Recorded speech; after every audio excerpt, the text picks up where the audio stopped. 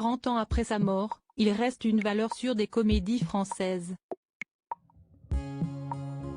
Louis de Funès est décédé le 27 janvier 1983, mais les films dans lesquels l'acteur apparaît continuent d'être très fréquemment rediffusés à la télévision, avec à chaque fois des records d'audience à la clé. Des diffusions qui rapportent plus de 500 millions d'euros par an à la Gaumont, comme le révèlent nos confrères du Figaro. Un montant qui avoisinerait même le 1,5 million d'euros par an si l'on ajoute les recettes des films qui appartiennent à d'autres particuliers.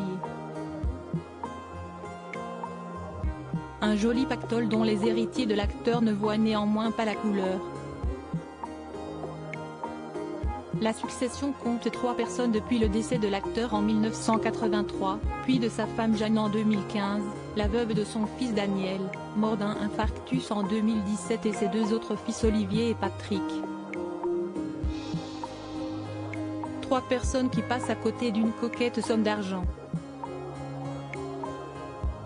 Et pour cause, quand Louis de Funès a enfin connu le succès, après 50 ans, il a toujours demandé du cash plutôt que des pourcentages sur les recettes à venir, fait savoir Alain Kruger, commissaire de l'exposition à la Cinémathèque française. Mylène de Mongeau explique que l'acteur a été plusieurs fois mis en garde, mais selon ses dires il ne voulait rien entendre.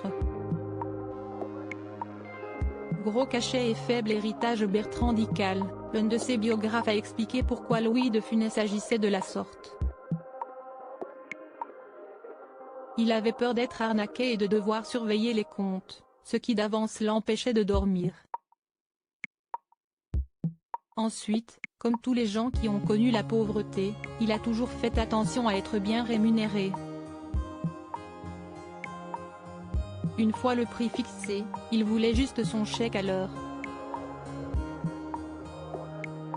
Il était très sourcilleux là-dessus.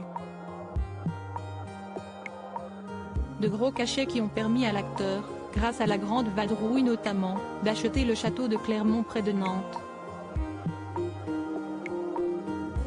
Et si les actionnaires de Studio Canal, TF1, Gaumont et une poignée de particuliers se frottent aujourd'hui les mains, les héritiers, eux, préfèrent éviter d'aborder ce sujet très sensible.